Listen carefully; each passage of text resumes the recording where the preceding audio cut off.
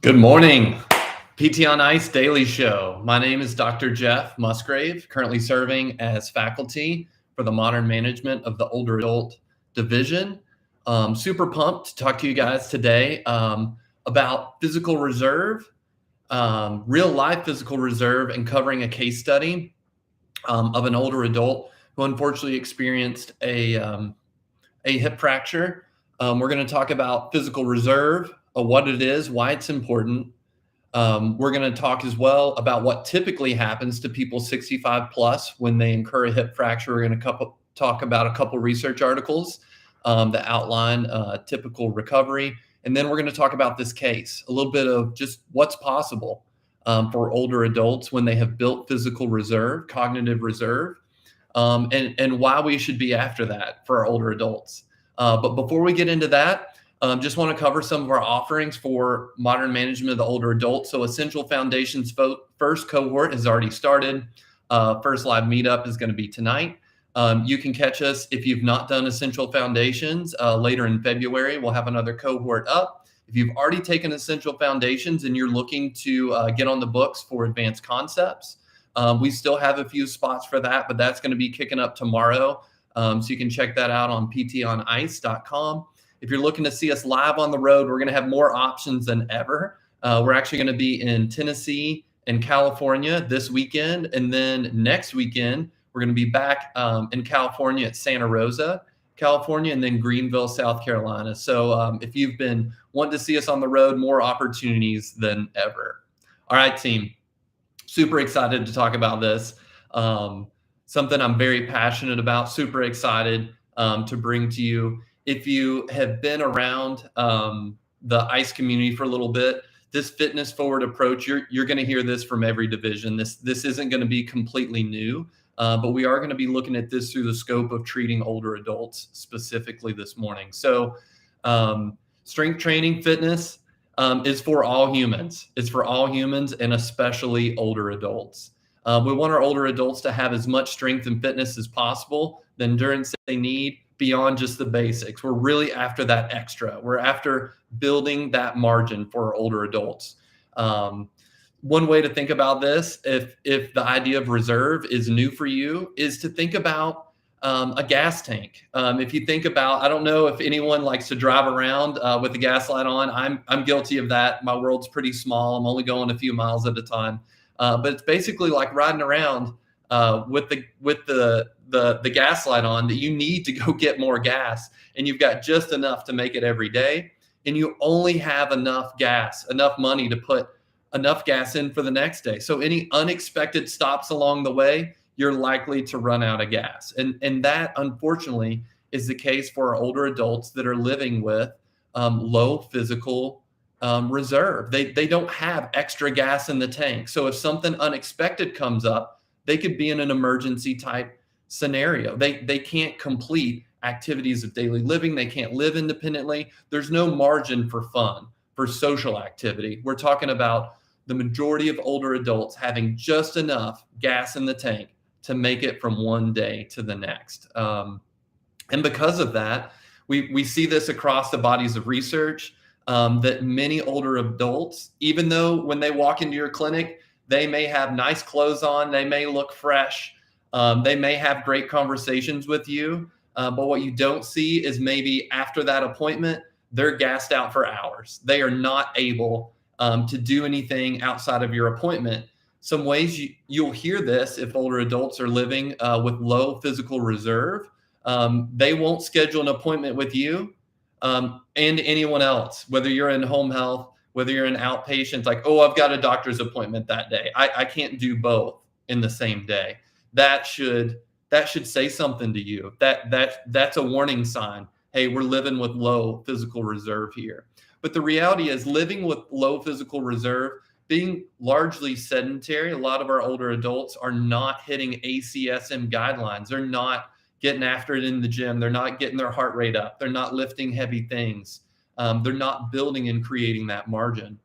So unfortunately, when something like a hip fracture occurs, this is a huge deal. Most of us are familiar with these statistics. If you ask any older adult, what they're scared of. If they're having challenges with their balance, they're gonna be like, I'm worried about breaking a hip because they've had a friend that didn't do well. They know even some of the statistics sometimes. This is a scary thing, and the research really backs up that this is often a life-altering injury for a lot of our older adults. So when we're thinking about people 65 plus and what typically happens to them after a hip fracture, one observational study from Tang et al. 2017 found that only 31% of people 65 plus that had a hip fracture, 31% returned to the same level of independence for their ADLs. Only 31%. That's crazy. That's less than a third of the people that have a hip fracture can do what they need on the daily in their home. Only 34% return to pre-fracture mobility status for their transfers, for their gait. 34%, 2017. This was not that long ago, but it's not looking good here. We look at a study from Panula et al. In 2011, found that 27% mortality rate at 1 year. Almost a third of older adults after hip fracture are going to die from that condition. 79% mortality rate at 9 years. At 9 years. Crazy. So when you dig into that study, just a little bit more, we find out that the top two complications are cardiovascular disease, complications from cardiovascular disease. The second is complications from dementia. So we talked a little bit about physical reserve, ways to think about physical reserve, but also cognitive reserve is very important. And really these statistics, after you're familiar with the research for older adults, knowing a lot of them are sedentary, they're not hitting ACSM guidelines, they're not getting their heart rate up, they're not doing cardio, they're not lifting heavy things. So when we think, okay, they've had a hip fracture, they don't get fitness forward physical therapy, they don't get connected with the fitness community, they didn't have any reserve to begin with, they don't get a good rehab experience that even gets them to where they were before. So now they can't participate in anything meaningful as far as exercise and those social connections. And the sad part is all of this is primarily preventable. If we're building this physical reserve for older adults, if they're able to physically get out, if they've got that margin, they're more likely to participate socially in their communities, whether that's church or book clubs or going hopefully to some type of community-based fitness program locally would be incredible. But it's just sad that that's a state of aging right now, primarily through preventable things, and just an encouragement that we can do this and build some meaningful physical reserve for the older adults that we treat. We can do this stuff. So now the fun part. So we're going to talk about a case study very near and dear to my heart. I was there on the day of fracture for this person. We've got a 70-year-old. She is a local business owner. Her name's Beverly. Incredible. She gave me permission to share her story. So prior to joining a community-based fitness program, she's a member at Stronger Life. Incredible person. Before she came to us, she had been on metformin for 12 years to manage her diabetes. She reported to us that at that time, she's got several dogs, loves her dogs more than most people could imagine. She loves and takes great care of them. But she couldn't carry the 25-pound bag of dog food. She's having to literally drag it across the floor to get her groceries in. When we asked her about exercise in the past, she said, maybe a week. I could handle about a week of exercise classes. I just got bored. Wasn't fun, wasn't interesting, just never stuck. So fast forward, Beverly has, after 6 months of doing high intensity cardiovascular training, working on her strength, at 6 months, Beverly is able to get off her metformin per her doctor. She no longer has diabetes. She has already reversed a chronic condition she's had for over a decade after only 6 months, team. 6 months of the right thing and consistency can reverse some of these chronic conditions that lead to complications down the road for our older adults, limit the quality of their life. Just let that sink in. That is nuts. That is nuts when you think about it. So fast forward 3 more months, Beverly is now, she's done her first 5K. She's qualified for the National Senior Games in the 400 meter, the mile, and the 5K. After never being a runner before, never being an exerciser, okay, only 9 months of fitness. She's lost 25 pounds of weight. She is also deadlifting 115 pounds for reps, from 25 to 115 pounds. Beverly has built some significant physical reserve, okay? Unfortunately, though, despite this reserve, she did have an injury. She had a fall laterally, had a hip fracture. She ends up having surgery, gets a femoral nail, 4 days in acute care, 4 days in acute rehab. They couldn't keep her, had to send her home. She was doing too good, blowing the minds of all the medical professionals. She's trying to race the guy next door to her on sit to stands and down the hallway. He's just laid up in the bed, same injury, doesn't want to move. Beverly's over here trying to spur him on and encourage him. Just crazy stuff. So after she leaves acute rehab, she gets 2 weeks outpatient fitness forward PT, understands what she's been doing in the gym, going to return her to that. So at 19 days after this hip fracture with a nailing, she is dancing at her son's wedding. No cane, dancing at her son's wedding, 19 days out from hip fracture. We covered these brutal statistics on ADLs, on gait. She is not even a month out dancing. This is crazy. What's possible when you have so much physical reserve, when you've got that extra strength, you've got that extra gas in the tank.